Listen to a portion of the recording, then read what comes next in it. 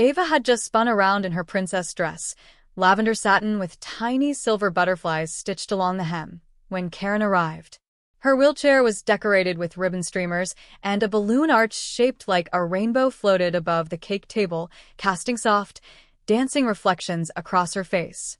She was smiling, one of those rare, open-mouthed smiles full of pure, unguarded joy. I lifted my phone to capture the moment, and that's exactly when it happened. Karen stormed through the side gate like she owned the entire block, clipboard in one hand and a folded HOA letter in the other. "This gathering is in violation of neighborhood decorum," she barked, already marching toward the table. I stood frozen, phone still raised, watching in disbelief as she reached for the "Happy Birthday, Ava" banner and ripped it down. The fabric tore right through the middle, startling the kids and silencing the music. I rushed over, stepping between her and the cake table, demanding she leave. "You have no right," I said, heart pounding. She didn't even look at me. She just waved the paper in my face and said, "Your decorations are too bright. This violates HOA guidelines regarding visual disruption." Visual disruption. That was her justification for ruining a disabled child's 7th birthday. Around us, parents began gathering their kids, unsure whether the party was even allowed to continue. The DJ we'd hired, playing soft instrumental Disney music at the lowest volume, was told to shut everything down. Karen pointed at the balloon arch and told the assistant, "Remove it, or I'll call code enforcement myself." Ava's face crumpled. She had worked so hard picking those colors, light blue, sunshine yellow, bright pink. Her favorite shades. She'd said she wanted her party to look like happiness had exploded. And now, happiness was being popped, one balloon at a time, by a woman who believed rules mattered more than children. I turned and saw Ava crying silently in her chair, lip trembling, hands balled in her lap. She looked at me and whispered, "Did I do something wrong?" I dropped to my knees in front of her, voice barely holding together. "No, baby," I said. "You did everything right." But I could already feel the shift, parents pulling their kids away, neighbors whispering, and Karen standing tall, like she'd just saved the neighborhood from some colorful disgrace. In that moment, I knew this wasn't just a ruined party. It was an attack dressed up in paperwork. Karen didn't care how many kids she hurt, so long as nothing too bright ever touched her sidewalk again. Ava had been counting down to her birthday for 217 days. I know that because she told me every morning, "Only 190 days left, Mommy. Just 123 days now," and as the number got smaller, her eyes got brighter. This wasn't just any birthday. This was her 7th, a milestone, a big, magical number. But more importantly, it was the first birthday she'd be celebrating outside of a hospital or a therapy center in almost 3 years. Ava was born with quadriplegic cerebral palsy. She's nonverbal but deeply expressive. She uses her eyes, her hands, and a communication device to tell you what she wants. And what she wanted more than anything, after a year of back-to-back surgeries, painful recoveries, and endless therapy sessions, was a party. A real party, with balloons, music, a bouncy castle she could sit beside, cupcakes with edible glitter, and a backyard full of kids just like the one she'd seen on YouTube. Ava had endured more medical trauma in her first few years than most adults face in a lifetime. She'd learned to smile through pain, to laugh even when her muscles spasmed, to hold still for needles without flinching. This party wasn't just a celebration, it was her prize for surviving. We started planning months in advance. We knew her sensory triggers, so we kept everything soft. No loud music, no flashing lights. The playlist was all Disney lullaby versions. The theme? Rainbows and butterflies, her choice. I worked overtime to afford the little things. Rainbow-colored balloons, a soft balloon arch, pastel tablecloths, and a custom cake with a sugar butterfly that looked like it could take flight. I made sure everything was accessible. Wide paths for wheelchairs, lower tables, shade tents for cooling breaks. Her friends from the Inclusive Therapy Center were invited, kids in wheelchairs, with walkers, with different abilities, but the same excitement in their eyes. Ava picked each one personally, scrolling through photos with her eyes and tapping yes on her screen when their names popped up. This wasn't just about Ava. It was about creating a space where no one felt like they were too much. The night before the party, I wheeled her around the yard, pointing at the decorations and explaining where everything would go. Her whole body buzzed with excitement. She tapped on her speech device. "Is this for me?" I swallowed the lump in my throat and nodded. "Yes, baby. It's all for you." She typed back, "I feel like a birthday princess," and that's exactly what she was.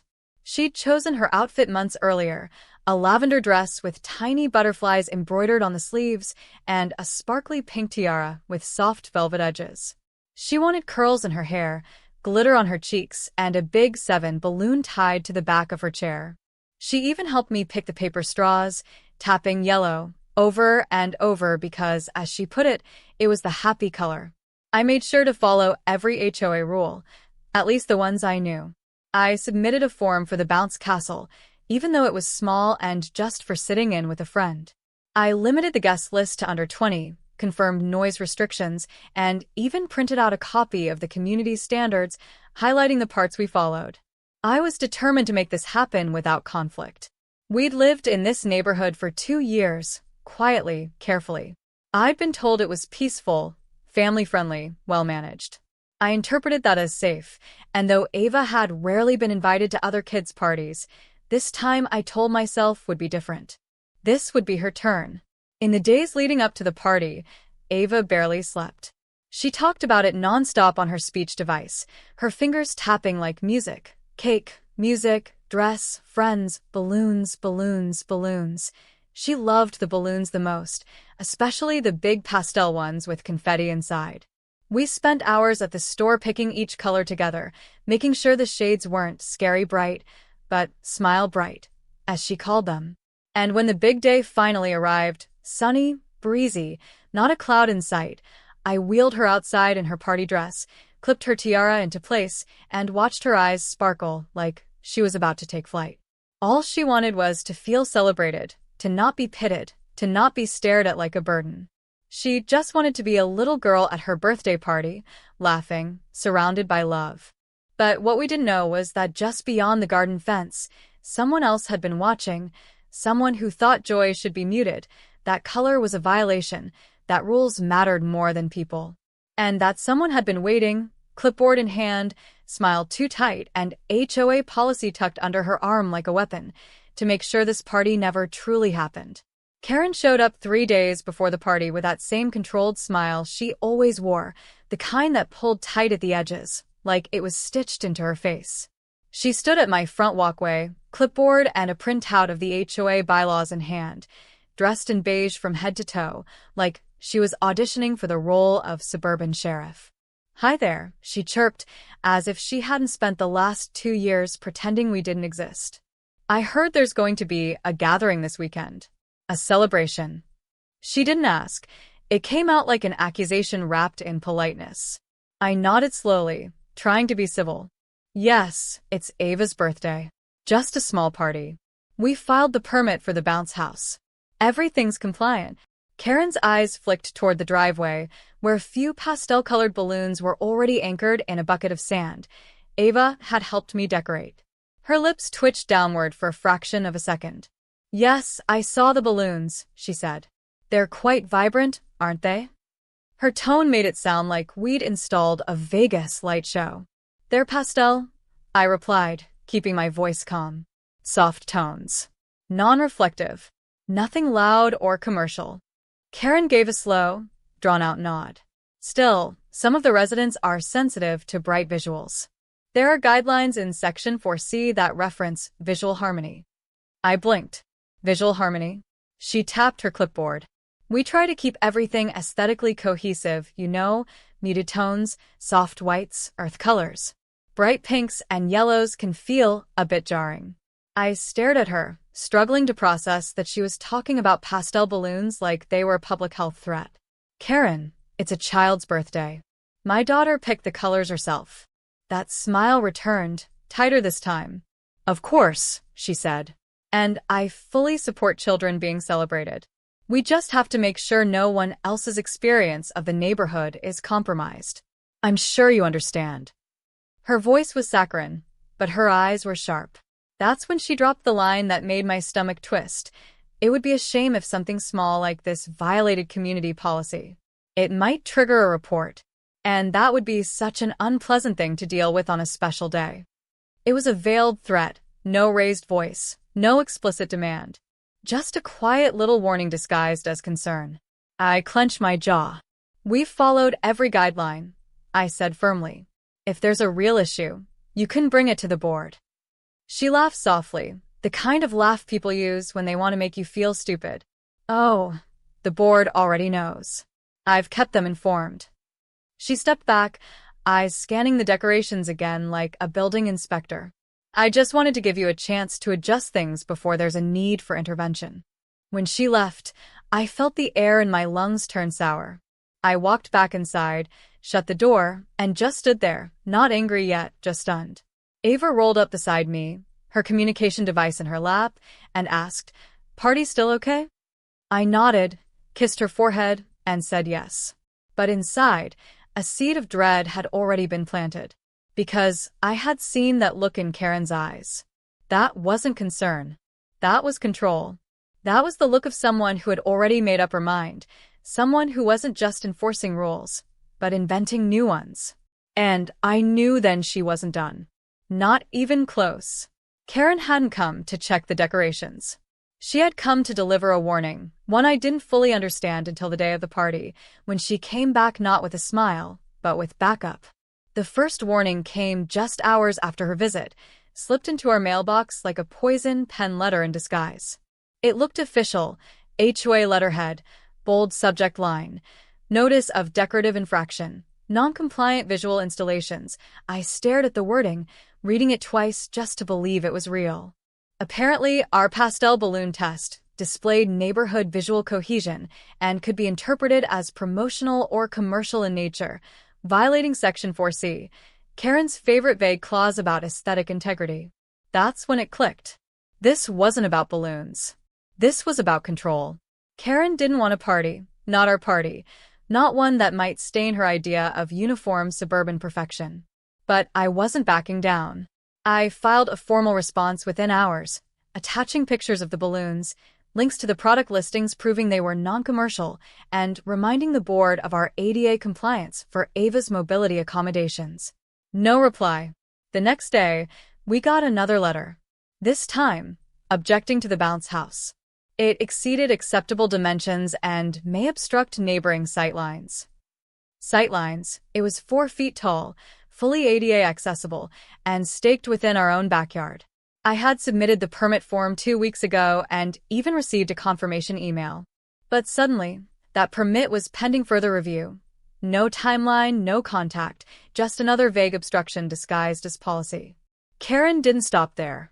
She began making rounds on foot, clipboard in hand, inspecting our front yard from the sidewalk like a building inspector searching for code violations.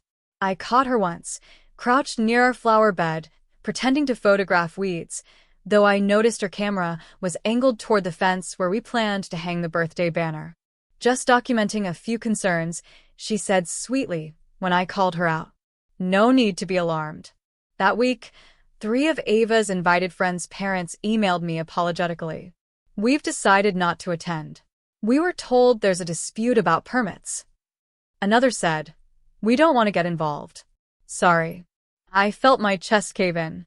Karen was scaring them off, quietly, strategically, the way people do when they want to punish you without leaving fingerprints. Even the party vendor, who was supposed to drop off chairs and a soft foam activity mat, called to say they'd received a concerned inquiry about whether they had permission to deliver to our street. Someone had asked if this was a commercial event, he told me. Said it might violate HOA bylaws. Sounded very official. Each day brought a new restriction. Suddenly, we were informed that all temporary decorative elements visible from the street required prior written approval. The balloons, the banner, even the pink welcome sign Ava had helped decorate with finger paints, all flagged. I tried to appeal, tried to reason. But the HOA board was eerily silent. Every response I got was cold and identical. "Your concern is under review." The silence was its own answer. Karen had buried us in red tape, and no one wanted to untangle it. I walked into Ava's room that night to find her rehearsing her party introduction on her device. She had written out, "Welcome to my rainbow butterfly party. Thank you for coming to celebrate with me." She smiled so proudly when she showed me. I had to turn away before she saw the tears building. I didn't want her to know that the party she'd dreamed of for 217 days was already under siege. I didn't want her to feel the weight of someone else's pettiness. So I smiled, hugged her, and said, "It's going to be amazing." Then I went to my laptop and started printing every HOA document I could find.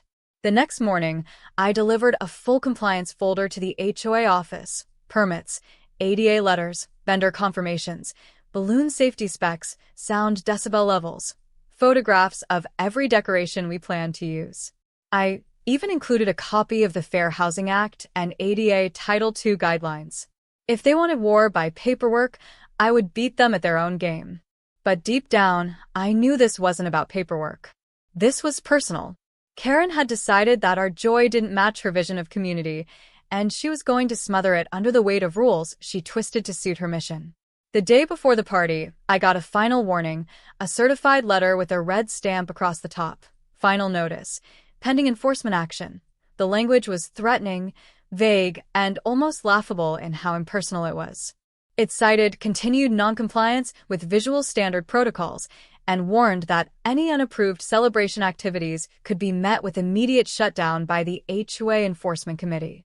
It was signed, not by the board, but by Karen herself as HOA Compliance Chair.